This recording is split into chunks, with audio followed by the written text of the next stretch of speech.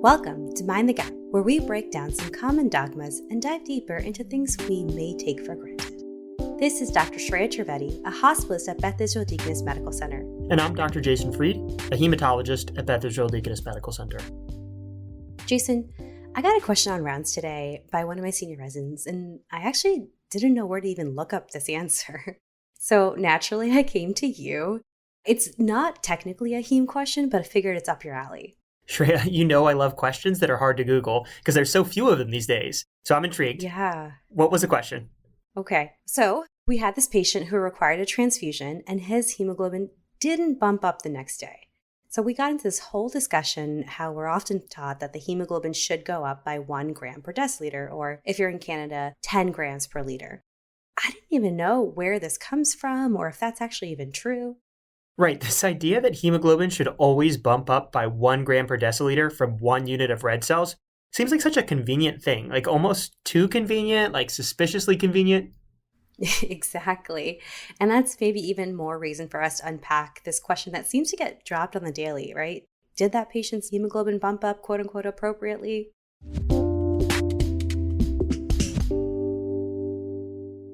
All right, Shreya. So first, we have to go on a journey and actually break down where the 1 gram per deciliter appropriate bump comes from. Heads up, there's going to be math. But I promise you, you will leave with a more nuanced understanding that you can apply to patients in front of you. Right. And if that math goes over your head, no worries. I will make sure we pause and summarize throughout. And then we'll end up applying those concepts to different types of patients. All right. I am so excited. I trust you, Jason. I'm ready for this journey. Let's do it. So in order to understand the answer, we have to think about where units of blood come from. So let me ask you this, Shreya. Have you ever donated blood? Yeah, a bunch of times. Do you remember how much blood they took? I wasn't paying attention, to be honest. I was probably snagging free cookies and not looking at the blood. Fair enough. So the standard blood donation in the United States is 525 milliliters. 500 is for the donation, and 25 milliliters is for testing your blood to make sure it's safe. Okay, so I'm donating about 500 mLs or so. How do I then figure out whether that's going to raise someone's hemoglobin by 1 gram per deciliter? Well, we need to know your hemoglobin. So what's your hemoglobin? I think the last time I went to PCP, it was so long ago. Maybe it was about 13 grams per deciliter, somewhere around there. Okay, 13 grams per deciliter. And it's going to be good to use that grams per deciliter and keep that in mind as we walk through the calculations. Because deciliter is such a weird volume. Yeah. I mean, I can picture what a liter is. Right. I haven't thought about deciliters in a pretty long time. And I think when I think about it and move the decimals around, a deciliter is basically a tenth of a liter. Exactly a tenth of a liter. And I promise you, it's worth diving into the units because once I started paying attention to the units, it was kind of like at the end of the Matrix where Neo starts seeing the world as those green letters. Appreciating the units just makes the connections between things much more apparent. Okay, Neo. I will respect the units. So maybe I'll take a stab then at how many grams of hemoglobin I'm donating if my hemoglobin is 13 grams per deciliter. Go for it. Okay. So bear with me with the math, but I kind of need to break it down myself. So if I'm donating 500 milliliters of blood, which if I move my decimals around is basically 5 deciliters of blood, and then I take the 13 grams of deciliters I have and multiply that by 5 deciliters that I'm donating, that's 65 grams of hemoglobin that I'm donating. Yes, 65 grams of hemoglobin. Great. So does this patient actually get the full 65 grams of hemoglobin from my donation? Well, processing, storage, refrigeration, they all take a toll. And so only about 85% of the red cells are viable after transfusion. Okay, so then I need to multiply that 65 grams of hemoglobin by 85%. So now I'm down to 55 grams of functional hemoglobin that I'm actually giving. Yep, so functionally, that takes it down to 55 grams of hemoglobin actually staying in the patient.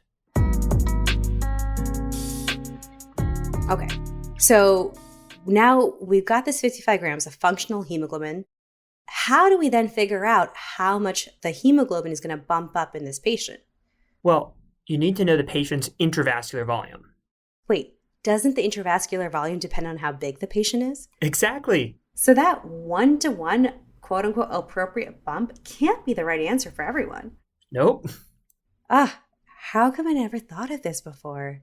I'm the same way. I probably gave 1,000 transfusions before I'd even considered this. Okay. Then, Jason, how do you figure out how much a patient's intravascular volume is? We have to go back to physiology class and think about body fluid compartments. So 2/3 of the body weight is water, and 1/3 of that water is extracellular, and 1/3 of that extracellular space is intravascular volume. So you may just have to trust me on the math here, but to get the intravascular volume, we would multiply all of that. So to do the math, it's 2/3 times 1/3 times 1/3. We get 2/27, which is about 7%. Okay, so about 7% of someone's body weight is blood. Yeah, it's a good rule of thumb to remember. Blood volume is about 7% of your body weight. And technically, it's about 6.5% for women and 7.5% for men, and that averages to 7%. Okay, so say I have a 70-kilogram male patient. So 7.5% of his weight is blood, and so that means he has 5.25 liters of blood. Yes. Now, technically, you're also going to need to account for the volume of the blood that you just transfused that's now also in that intravascular volume. Wouldn't that be the initial 500 mLs of blood that I donated? Well, even though you donated 500 milliliters of whole blood, only about 350 milliliters remain in a unit of packed red blood cells because you've removed a lot of platelets and plasma. So really the math is 5.25 liters plus about 350 milliliters, and that gets us to 5.6 liters. Okay, so to recap, I know I'm donating 55 grams of viable hemoglobin, and this patient has 5.6 liters of blood after a transfusion. So then, what is the quote-unquote appropriate bump in grams per deciliter that I'm expecting? Now it's just a matter of concentration. You divide the grams of hemoglobin you're donating by the blood volume of the patient, and the math works out great. The 55 grams of hemoglobin donation divided by 5.6 liters, which we're going to make 5.5 liters to make the math easy. Thank you. So 55 divided by 5.5 is 10. So with the units, that is 10 grams of hemoglobin per liter, aka 1 gram per deciliter. So that is where the hemoglobin bump of 1 gram per deciliter comes from. It is so satisfying when the rule kind of pans out like that. Yeah, it's really nice. So let's just recap how we got here. You donated 500 milliliters of whole blood, and we multiplied that times your hemoglobin to figure out how many grams of hemoglobin you donated. And then we multiplied it by 0.85 because that's the fraction that will remain viable. Then we divided it by the patient's intravascular volume. And if you have a donor whose hemoglobin is 13 grams per deciliter like Shreya, and a patient who is that prototypical 70-kilogram male, that gives us 1 gram per deciliter bump per unit of red blood cells. Nice. But hey, what if me as a donor, what if my hemoglobin wasn't 13? What if it was 11? Then I'm guessing that patient's hemoglobin wouldn't bump up by 1, right? It only bump up by a fraction of that. You're right. The donor matters. And that's why there's screening of the donors. The FDA standard is 12.5 grams per deciliter for women and 13 grams per deciliter for men. But of course, some people are higher than that. But wait, how do I find out the hemoglobin of the donor blood that my patient's getting? You can't. What? You can't. I mean, theoretically, blood donations could come labeled with the hemoglobin of the donor, but they don't. That's crazy. Now I feel like I'm just giving this drug of an unknown dose after breaking all that down. Yeah, it really is a drug of unknown dose. Yeah. Oh, yeah. Okay, so Jason, I love that in theory all this math pans out, but has anyone actually studied whether all this theoretical stuff shakes out in real life? Amazingly, it took a really long time for anyone to look at this in a robust way. But there was this incredible paper published in Blood in September 2019 on this topic by Rubinian et al.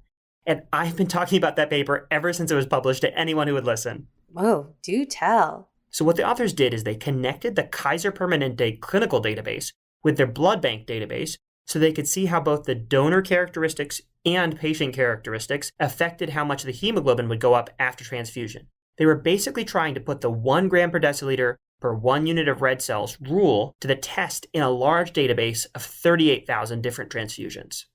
So, did that 1-to-1 rule pan out? Yes and no. Okay. To explain that a bit more. Well, on average, there was a bump of 1.04 grams per deciliter. So it really is a good rule of thumb. Nice. Then what's the catch? Well, for the reasons we just talked about, the characteristics of the donor and the patient matter a great deal. They were even able to derive a formula from their data to predict how much the hemoglobin will go up with 1 unit of blood. Great. Another formula to remember. Well, you don't need to remember it because what they saw in real life basically validated the calculations we just did. Nice. So what do they find? Well, in terms of donor factors that mattered, one of the largest was the sex of the donor, which is not that surprising because we know that men tend to have higher hemoglobins on average due to the effect of testosterone. But then there was some stuff that they didn't expect at all, like Rh-positive donors resulted in a slightly higher hemoglobin bump for reasons the authors couldn't really explain. That's so weird. Who would think the Rh status matters that much? What about the patient, Jason? What characteristics of the patient mattered? The body size of the patient. So the bigger the patient, the less the hemoglobin went up. That makes a ton of sense, especially now thinking about that teaching point that everyone's intravascular volume is different based on their weight. Anything else? There's also how the donated blood is processed, like irradiation, which sort of makes sense to me because radiation could cause less viable red cells. Yeah, it's definitely something I didn't think about before, but now it makes a lot of sense now. Every time I click on irradiated blood, I probably shouldn't expect that hemoglobin to go up by 1. Exactly.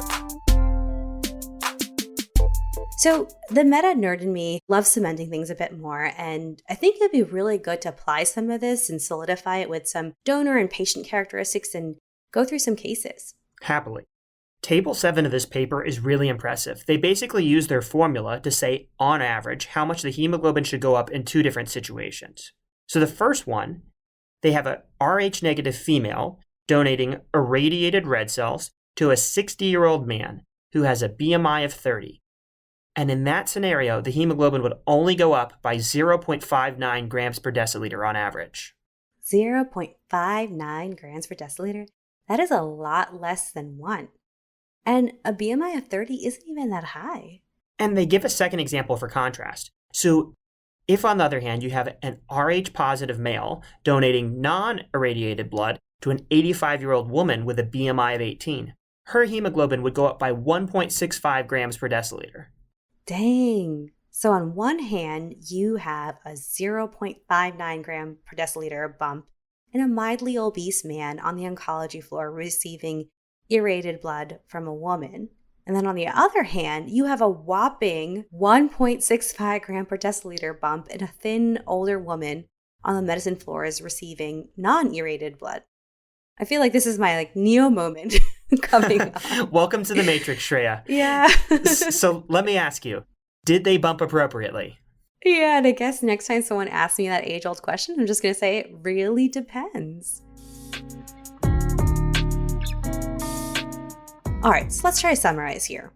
The 1 gram per deciliter rule is correct on average for adults, but for a given patient and a unit of blood, it could be anywhere from 0.6 to 1.6 bump after a transfusion. And there's a bunch of factors that go into that, right? So there's the amount of hemoglobin the donor is actually giving. Then there's the patient characteristics. And I think for me, this is the biggest thing I'll pay attention to next time I'm on floors and giving a transfusion is thinking about the size of the patient, right? So the bigger the patient, technically they have more intravascular volume. And so the less I will expect the hemoglobin concentration to go up in that intravascular space. Shreya, you are ready for rounds tomorrow. Thank you. I appreciate it. So that's going to do it for this week's episode. Stay tuned after the credits if you want some additional details on the content we discussed today. Yes, if you're really one of those nerds and wants to know a bit more about pRBCs, we're going to go over a few more points.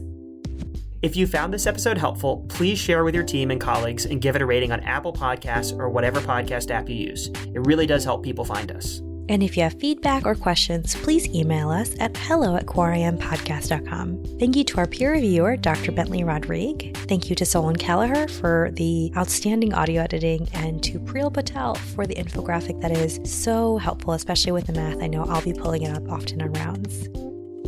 As always, opinions expressed are our own and do not represent the opinions of any affiliated institutions. All right, so for those of you that stuck around and can't get enough of all things pRBCs, here's a few points of clarification. Number 1, the rule of 7% of body weight being intravascular volume holds fairly well for patients with a normal BMI, but the question is, does that scale up linearly? In other words, does a 300-pound patient have twice as much blood volume as a 150-pound patient? And the answer to that is no. Right. And so the reason for that is that if that extra weight in that 300-pound patient is majority adipose tissue, then what we should know is that adipose tissue is less vascular than other tissues. So we can expect patients with more adipose tissue to have less intravascular volume. Yes. So the 300-pound patient actually probably has only 1.5 times as much blood volume, not twice as much as a 150-pound patient. And if you're trying to get a good estimate, there are more sophisticated prediction tools available online. Oh, that's good. I didn't know that. Great.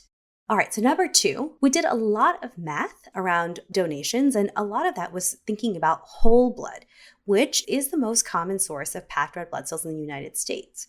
But about 20% or so are actually collected by apheresis, and in case you need a refresher of what that is, that's basically donating pure red blood cells. And so this matters because if you're at a place that does a lot of apheresis, you can expect the donation from apheresis collections to result in a slightly lower hemoglobin bump than whole blood. Number 3, Shreya donated 500 milliliters of whole blood, but the bag of packed red blood cells you see hanging up for a patient is only about 350 milliliters. So why is that? What happens is we take off most of the plasma and platelets, and often it goes through leukoreduction to get rid of white blood cells. So the 350 milliliter bag is about 200 milliliters of red cells, 50 milliliters of residual plasma, and then about 100 milliliters of preservative solution.